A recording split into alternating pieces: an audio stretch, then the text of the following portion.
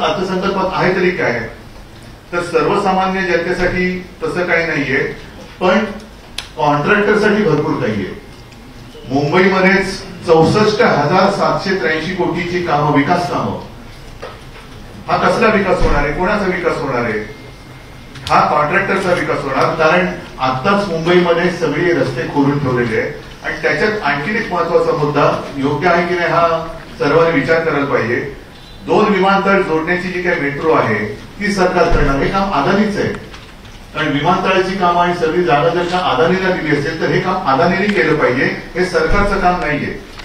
नाहीतर उद्या तुम्ही म्हणाल की अदानीला विमानतळाची जागा दिली, आम्ही त्याच्यावरती रनवे बांधून देऊ, धावपट्टी पण आम्ही करून देऊ. तसं नाहीये, हे अदानीचं काम त्यांनी केलं पाहिजे. म्हणजे हे सगळी कामं, मी काल म्हटलं की केवळ तुमच्या मालकाच्या मित्राच्या हिताची कामं तुम्ही करता आहात, त्यातलंच हे एक काम आहे.